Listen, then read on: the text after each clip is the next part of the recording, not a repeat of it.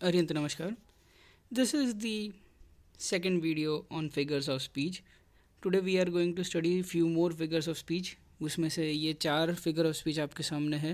It's divided on the basis of resemblance यानी कि similarity between two objects or something.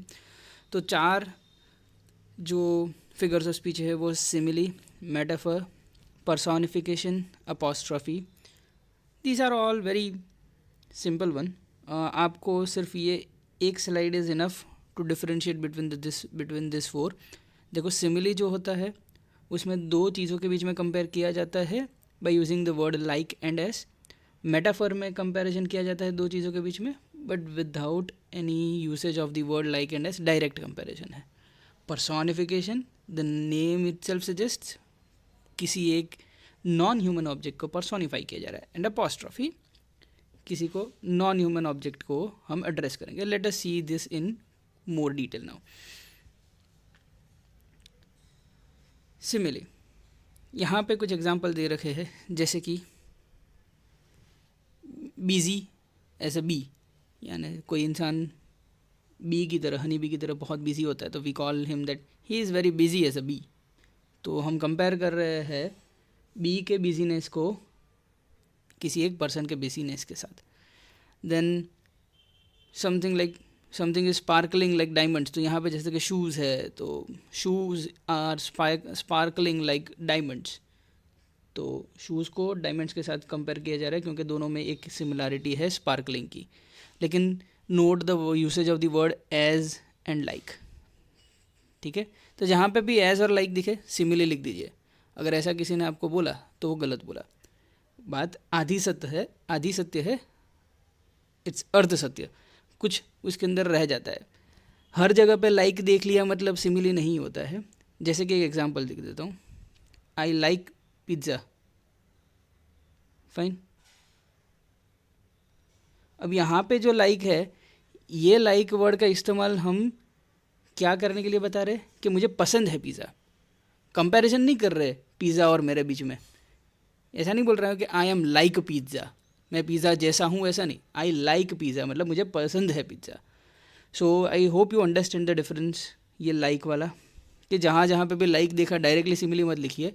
Like और as शब्द को डेफिनेटली नोट डाउन कीजिए. अगर आपको लाइक और एज शब्द मिलते हैं फिर सेकंड चीज़ देखिए कि क्या ये लाइक और एज शब्द का इस्तेमाल किसी दो वस्तुओं को कंपेयर करने के लिए किया गया है या नहीं किया गया है. You can read out the examples written over here. Hungry as a bear, flat as a pancake, hard as a rock. He is as sweet as a pie. Uh, the scenery is as colorful as crayons or something like that.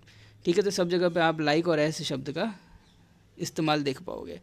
इसका हिंदी में अगर अनुवाद किया जाए और comparison किया जाए, it's like ऐसा कह सकते हैं. एक प्रेमी अपनी प्रेमिका को बोलता है तुम्हारा मुख जैसे चांद का टुकड़ा. मतलब प्रेमिका को वो बता रहा है कि उसका मुख जो है वो चांद के टुकड़े जैसा है. शब्द जो इस्तेमाल किया गया जैसा. ठीक है, अब आगे पढ़ते हैं. लेट अस सी कि अगर इसको मेटाफर के फॉर्म में लिखना होता तो क्या होता. तो देखो, metaphor is about what, direct comparison. तो डायरेक्ट कंपैरिजन में आपको वो प्रेमी अपने प्रेमिका को इस तरीके से बोलता, तुम्हारा मुख एक चांद का टुकड़ा. यहाँ पे जैसे चांद का टुकड़ा नहीं, तुम्हारा मुख एक चांद का टुकड़ा है. इस तरीके से अगर वो बोलता है तो वो मेटाफर होता है. तो that is direct comparison. I hope this was helpful to you. Let us read some more examples of simile. जैसे कि today I am feeling as fresh as a daisy. John runs as fast as lightning. My best friend is as stubborn as a mule. After that meal I feel as fat as a pig. My little sister work as slow as a turtle. Without my glasses, I am as blind as a bat. That boy in my class is as funny as a clown. Right now, I am feeling as sick as a dog. Have you ever felt as happy as a hippo? And when she kissed me, I turned red as a tomato. I hope you have now got the gist of it. You must have got the feel of it कि simile क्या होता है। Let's move on, metaphor को थोड़ा और समझते हैं। तो जैसे वो कंपैरिजन प्रेमी और प्रेमिका वाला एग्जांपल देकर बताया था, सिमिलरली यहाँ पे और कुछ आपको एग्जांपल्स दे रखे हैं मेटाफर के, बिकॉज इंग्लिश में भी कुछ जानने चाहिए हमें। जैसे your friend George is just a big baby, मतलब कंपैरिजन हो रहा है बिग बेबी के साथ, तो ऐसा नहीं बोला है he is just as a big baby, नहीं, he is a big baby, एक बड़ा हो गया लेकिन अभी बच्चों जैसी हरकतें करता है। That is what it means. You are my guardian angel, तुम मेरे गार्डियन एंजल जैसे नहीं हो, तुम मेरे गार्डियन एंजल ही हो। ठीक है, जैसे कि मोदी जी ने कहा था लॉकडाउन के वक्त, पहली स्पीच उन्होंने दी थी, तो वो कह रहे थे ये कर्फ्यू जैसा नहीं, ये कर्फ्यू ही है। तो व्हेन ही सेज ये कर्फ्यू ही है, he means metaphor over that, उन्होंने वहाँ पे मेटाफर का इस्तेमाल किया था। Let us move forward, let's see few more examples. His students are puppet on a string, तो उसके स्टूडेंट क्या है, पपेट्स है, पपेट्स जैसे नहीं, पपेट्स ही है। I wish you weren't as always such a chicken, मैं विश करता हूँ कि तू हमेशा चिकन ना हो, you don't behave just like a chicken, that is what it means. That girl over there is one beautiful fox, तो beautiful fox और गर्ल को कंपेयर किया जा रहा है without using the word like and as. और एक बहुत ही कॉमिक सा इंसिडेंट है जो आप सबको पता होगा, देव मानुस वाला मीम बहुत चलता है। So that is also a metaphor, so let us just hear it once.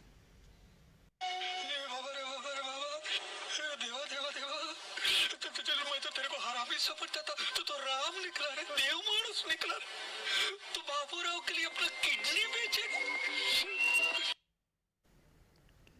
So what did you understand, यहाँ पे वो देव मानुस निकला, मतलब he is comparing Raju with Ram without using the word like और एस। ऐसा नहीं बोल रहा कि तू राम जैसा निकला, बोल रहा है तू तो राम निकला, तू तो देव मानुस निकला। So that's a metaphor. Few more examples so that जरा सा भी और भी कुछ डाउट हो तो सिमिली मेटाफर के बीच का डिफरेंस पूरा निकल जाए। तो ये सिमिली है, वो बोल रहा है मेटाफर नाम के बंदे को that you are as skinny as a rail. Simile है इसलिए वो एज का वर्ड का इस्तेमाल करेगा, मेटाफर नहीं बोलेगा। मेटाफर एज और लाइक को नहीं बोलेगा, तो इसलिए बोलेगा, ये मोटू इंसान को बोल रहा है you are a mountain, not like a mountain, you are a mountain. Few more examples, her heart is like a gold, her heart is gold, the world is like a stage, the world is a stage. I think you may read it out, I don't need to read it again. अब इसको आराम से pause करके read कर लीजिएगा, examples जितने ज़्यादा read करोगे उतना ज़्यादा क्लैरिटी ज़्यादा आएगी। Moving on to the next now, personification. आप सब ने शायद ये वीडियो देखा होगा, अगर नहीं देखा है तो let us watch it once और समझते हैं पर्सोनिफिकेशन कैसे समझ में आता है इस वीडियो से।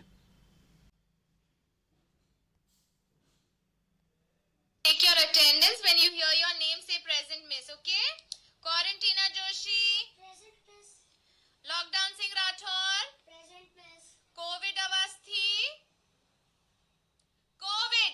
Pay attention in the class, otherwise I'll send you back to China. Corona Pal Singh. Present, miss. Social distancing. Present, miss. Mask Mehto. Present, miss. Gloves Gaikwad. Present, miss.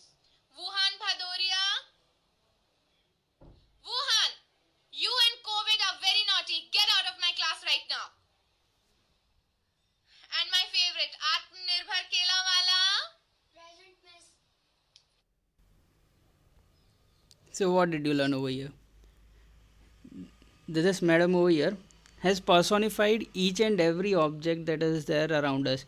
जैसे कि Covid है, the disease Covid, corona virus को उन्होंने personify कर दिया। Those are all are non human objects, उनकी presence ले रही है और बता रही है कि तुम नॉटी हो एंड ऑल दोज थिंग्स। ठीक है, उनके फेवरेट स्टूडेंट का नाम आत्मनिर्भर केला वाला, मास्क महतो, वो सबकी प्रेजेंस ले रही है। तो basically what is she trying to do is personifying, उन सबको पर्सोनिफाई कर कर उनसे अटेंडेंस ले रही है। तो वेन एवर वी पर्सोनिफाई, किसी भी चीज़ को पर्सोनिफाई करना मतलब कि ह्यूमन क्वालिटीज़ अगर किसी को दे रहे हैं कोई भी नॉन ह्यूमन ऑब्जेक्ट को तो वो पर्सोनिफिकेशन है। याद रखिएगा, नॉन ह्यूमन ऑब्जेक्ट में बोल रहा हूँ, नॉन ह्यूमन ऑब्जेक्ट में सारी चीज़ें आ जाती है। कैट, डॉग, वो भी नॉन ह्यूमन ऑब्जेक्ट में आएगा, तो कैट डॉग भी आ जाएंगे, और उसके अलावा नॉन लिविंग थिंग्स भी आ जाएंगे, बेड है, चेयर है, सारी चीज़ें। Let us read some personification वाले examples. The sun peeked happily from behind a cloud. तो पीक करना मतलब कि झांक कर देखना, तो झांकना ह्यूमन क्वालिटी है, सन को दिया गया, पर्सोनिफिकेशन ऑफ द सन। ठीक है, यहाँ पे ट्रीज़ को पर्सोनिफाई किया जा रहा है। The trees danced back and forth in the wind. तो ट्रीज आर गेटिंग पर्सोनिफाइड क्योंकि डांसिंग कर रहा है, डांसिंग ह्यूमन क्वालिटी है। The car happily squealed down the highway. Squealed करना मतलब आवाज़ करना, तो आवाज़ कर रही है कार, ठीक है, तो कार को पर्सोनिफाई किया गया। It was time to go home but the bell refuse to ring. यहाँ पे रिफ्यूज़ हो रही है, रिफ्यूज़ करना है, रिफ्यूज़ कौन कर रहा है, बेल रिफ्यूज़ कर रहा है, सो बेल को यहाँ पे हमने पर्सोनिफाई किया गया है। The warm fireplace seemed to be calling my name. तो फायर प्लेस जो है वो बुला रहा है मुझे, तो फायर प्लेस को पर्सोनिफाई किया जा रहा है। The angry sky roared. Angry sky, sky angry है, so again this is a personification. And threw lightning, threw यानी फेंकना, अगेन पर्सोनिफिकेशन। ठीक है। The gentle wind softly kissed my cheek as I walked. तो किस करना, यहाँ पे विंड, जेंटल विंड ने किस किया, सो it's a human quality given to the wind, so again it's a personification. The delicious smell of a cookies pulled me to the kitchen. तो smell जो है यहाँ पे, स्मेल कुकीज़ की वो पुल कर रही है, सो अगेन स्मेल को पर्सोनिफाई किया जा रहा है, उसको ह्यूमन क्वालिटीज़ दी जा रही है। That chocolate ice cream cone is really tempting me. Tempting करना, कौन टेम्प्ट कर रहा है, चॉकलेट आइसक्रीम टेम्प्ट कर रहा है। Again a human quality of tempting is given to chocolate ice cream, so it's a personification. I can see that news travels quickly. मैं देख रहा हूँ कि न्यूज़ जो है वो क्या कर रहा है, ट्रैवल कर रहा है, न्यूज़ को ट्रैवल करवा रहा है। That means again a personification. So a non human object is given a human quality and that's why it's a personification.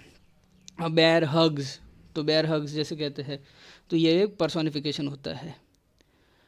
Apostrophe, ये भी कुछ ऐसा ही कन्फ्यूजन हो सकता है कि ये भी शायद लगे कि पर्सोनिफिकेशन है, but it's that thing is कि अपॉस्ट्रॉफी में हम ह्यूमन क्वालिटीज़ नहीं देते, हम उसको डायरेक्टली एड्रेस करते हैं। What do mean by address, हम नॉन ह्यूमन ऑब्जेक्ट से डायरेक्टली बात कर रहे हैं, we are talking to them. Non human object में कौन आ सकता है, a person who is dead can also be considered as a non human object. तो जो मरे हुए इंसान है उनसे अगर बात हो रही है, उनकी आत्मा से बात हो रही है, आजकल चर्चा में चल रहा है सुशांत सिंह राजपूत की आत्मा से कोई लोग बात कर रहे हैं, तो basically that is apostrophe when they are talking to the soul of Sushant Singh Rajput. ठीक है, let us see some of the examples. यहाँ पे देखो शिप से बात हो रही है, तो बोल रहे baa baa black sheep have you any wool, तो उनसे पूछ रहा है कि क्या तेरे पास कोई वुल है। तो शिप से बात करना, नॉन ह्यूमन ऑब्जेक्ट से बात करना, it's a apostrophe. Blow winds, blow winds को एनकरेज कर रहा है कि ब्लो करो, आगे और बढ़ो, तो we are talking with the wind. O grave where is thy victory, graveyard से बात हो रही है कि कहाँ है तुम्हारी जो जीते थे वो सारी चीज़ें कहाँ गई, सब दफना हो गया। तो हम डायरेक्टली ग्रेव से बात कर रहे हैं, तो किसी की ग्रेव से बात करना, it's again we are addressing to a non human object who is not present today, a person who is dead. Roll on blue ocean, similar to ये सही है, यहाँ पे ब्लू ओशियन को हम बोल रहे कि भाई आगे बढ़ो। Why don't you ever work you stupid computer, क्यों कभी काम नहीं करता है, हम कंप्यूटर से बात कर रहे हैं कि क्यों काम क्यों नहीं करता कभी तू यार, हमेशा बंद पड़ा रहता है। सबके साथ होता होगा ऐसा, तो यहाँ पे भी वही किया। तो when we are doing that, जब हम किसी कंप्यूटर से बात कर रहे हैं, हम किसी और ऐसी चीज़ से बात कर रहे हैं जो हमें रिप्लाई नहीं करने वाला है सामने से, जो नॉन ह्यूमन ऑब्जेक्ट है, then what we are using is apostrophe. Let us try this and see if you are able to answer it. Write down the answer to these questions in the comment section. I will provide you the answers at the end. Let us move on to the third basis on which the figure of speech has been divided. The figure of speech can be divided on the basis of association. Here we will read about two more figures of speech. One is metonymy and another is synecdoche. Yeah, it's pronounced as synecdoche. Remember that. ये दोनों में बहुत confusion होता है काफ़ी बार, तो let us see first the difference between them.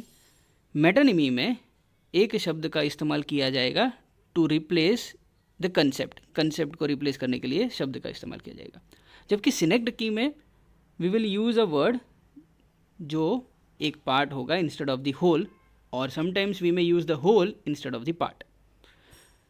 Metonymy में the replaced word may not necessarily be a part of the concept.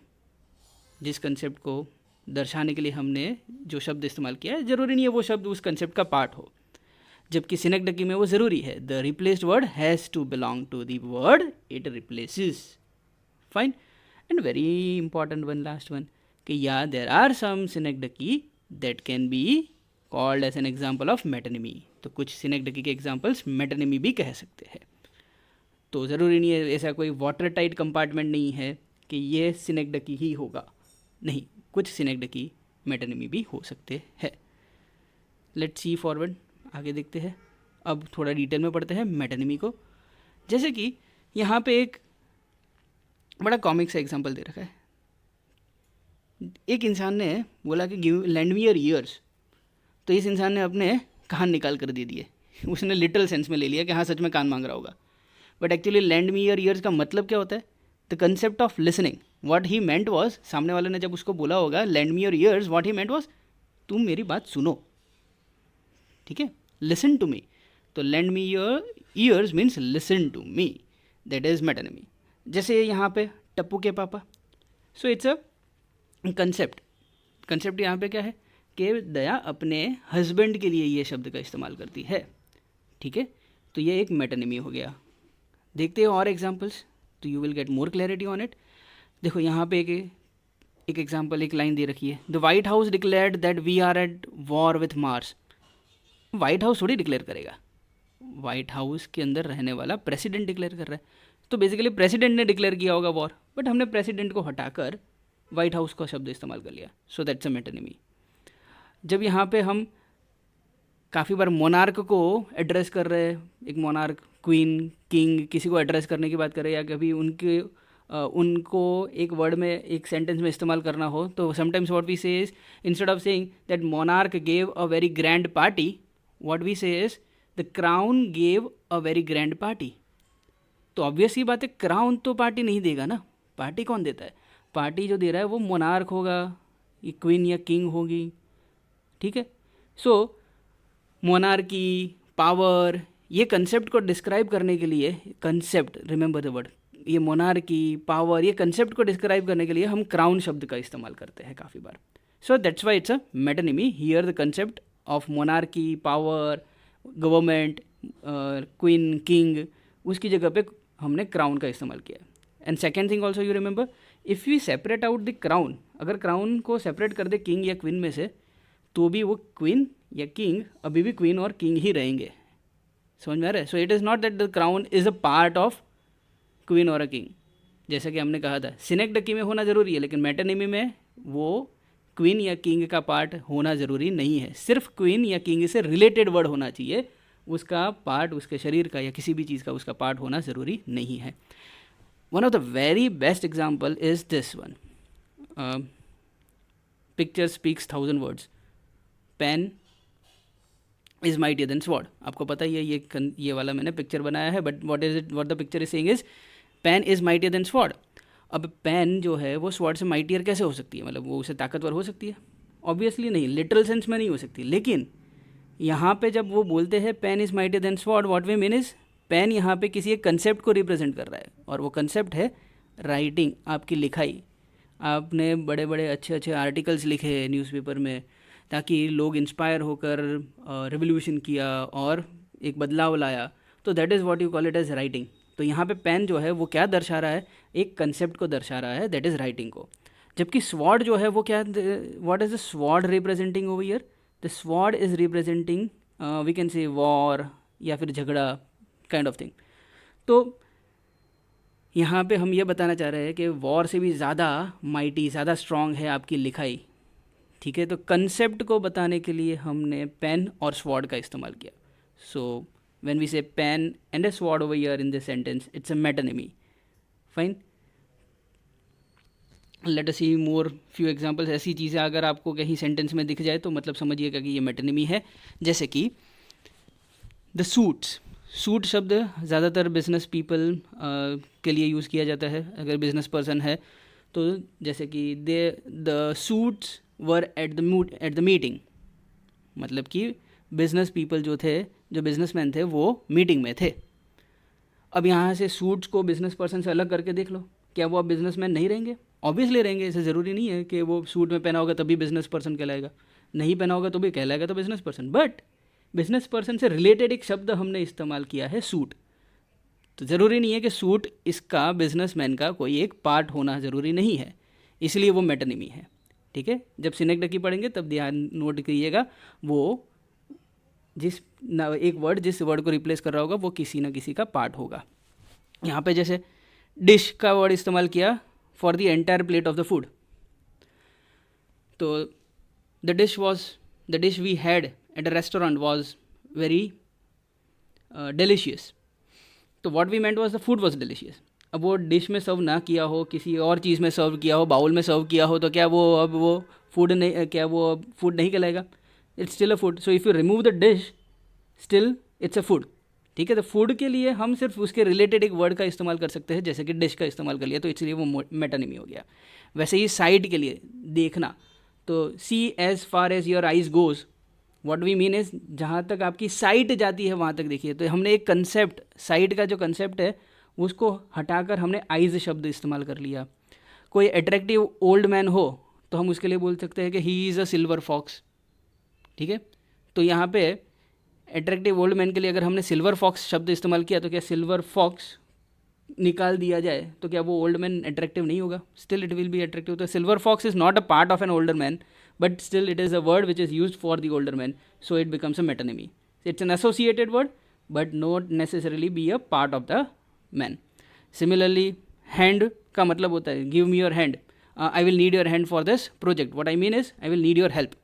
ठीक है, तो यहाँ पे आप कहोगे हैंड जो है वो बॉडी का पार्ट है, तो सर ये सिनेक्डकी हो गया? नहीं, ये सिनेक्डकी नहीं हुआ, बिकॉज मैंने उससे बॉडी, मैं उसकी बॉडी चाहता था लेकिन मैंने सिर्फ उससे हाथ मांगा, ऐसा नहीं है। व्हाट आई मेंट वाज मुझे उसकी मदद चाहिए थी, तो यहाँ पे कंसेप्ट है मदद का। सो मदद के कंसेप्ट के लिए हमने शब्द का इस्तेमाल किया hand. So concept has been replaced by a word hand, so it's a metonymy, not synecdoche. So this is not synecdoche, यहाँ पे हैंड भले ही इस्तेमाल किया गया है तो भी। Let us move forward and see synecdoche के कुछ examples. He has mouths to feed, उसके घर पे काफ़ी लोग हैं जिसे उसे खाना खिलाना है। तो ये माउथ जो है बेसिकली क्या है, लोगों को खाना खिलाना होता है, सिर्फ माउथ को तो खिलाना नहीं होता है। बट हमने लोगों को, the whole has been replaced by a part that is mouth. Ravi bought a new set of wheels. What wheels मतलब उसने क्या नए टायर खरीदे? नहीं, new set of wheels is a car. What we mean is car, उसने नई car खरीदी। The whole car, instead of saying car, उसके जगह पे कार से रिलेटेड एक छोटा उसका पार्ट जो है व्हील्स, उसको हमने यहाँ पे रिप्लेस कर दिया। My cousin is behind bars for many years.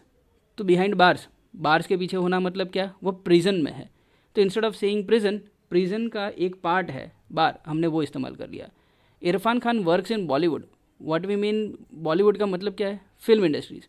अब वो हॉलीवुड में भी काम कर रहा हो तो भी हम कहेंगे, अगर वो बॉलीवुड बोल रहे तो व्हाट वी मीन इज वो फिल्म इंडस्ट्री। तो we are just using a part of the film industries.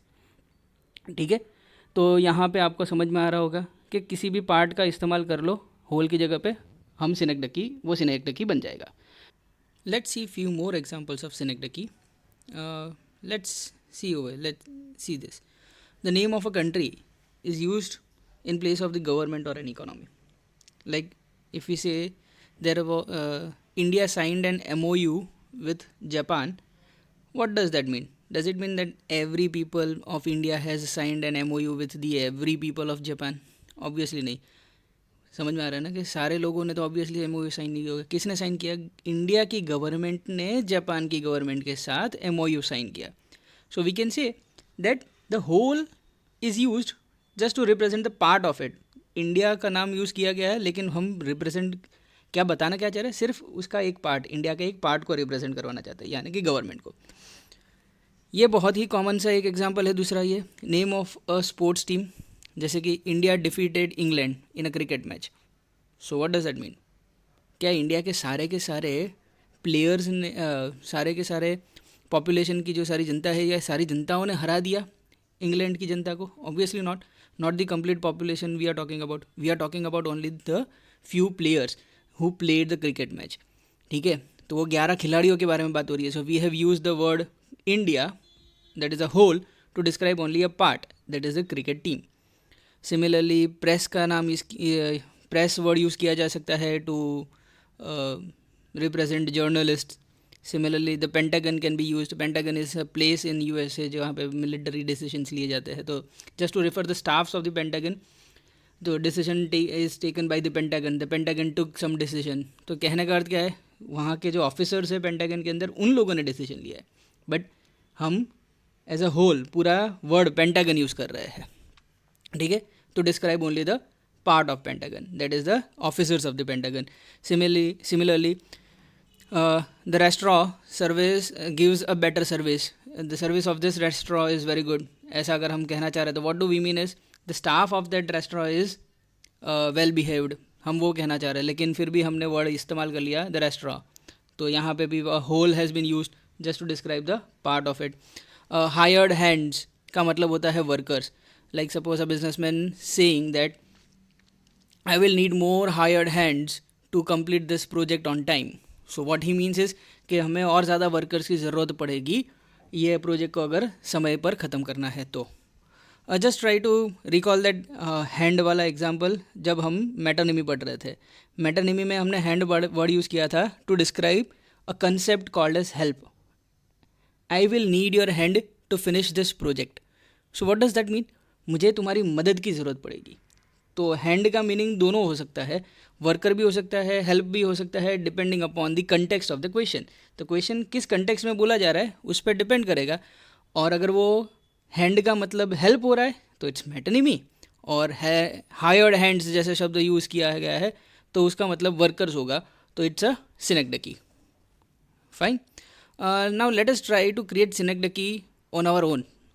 हम खुद ही ट्राई करते हैं. अगर एक बार खुद बनाने की ट्राई करेंगे तो हमें समझ में आ जाएगा व्हाट अ सिनेक्डकी इज़.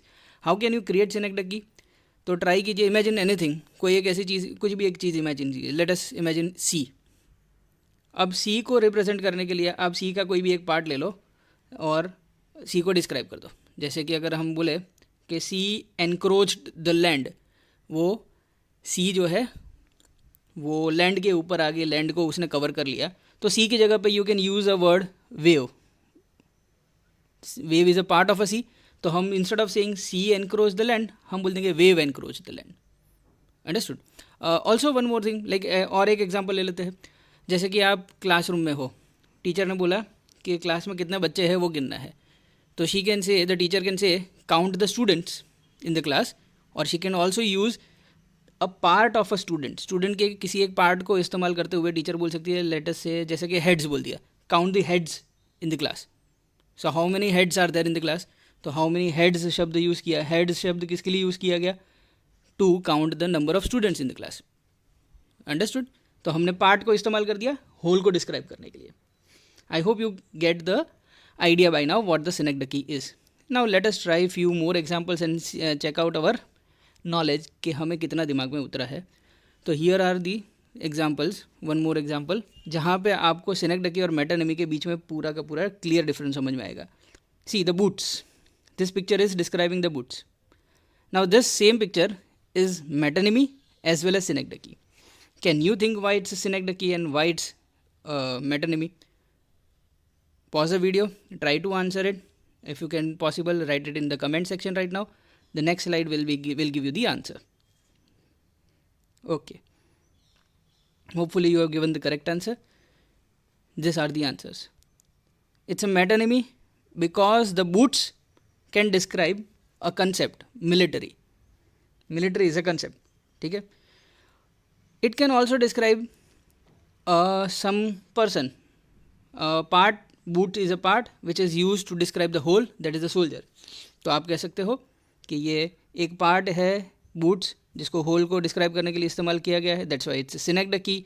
ये एक कंसेप्ट को डिस्क्राइब कर रहा है तो वो एक मेटानिमी हो गया. तो now again, so if you get it कि सेम ही चीज़ मेटानिमी भी हो सकती है, सिनेक्डकी भी हो सकती है, डिपेंडिंग अपॉन वो क्या डिस्क्राइब कर रहा है. If it's describing a concept, then it's metonymy. If it's describing If it's a part of a whole, or if it's the whole of some part, then it is called as synecdoche. Now as always we will have let's try section. तो ये आपके सामने let's try section है जिसका answer आपको comment section में देना पड़ेगा. You will get an answer in a separate video.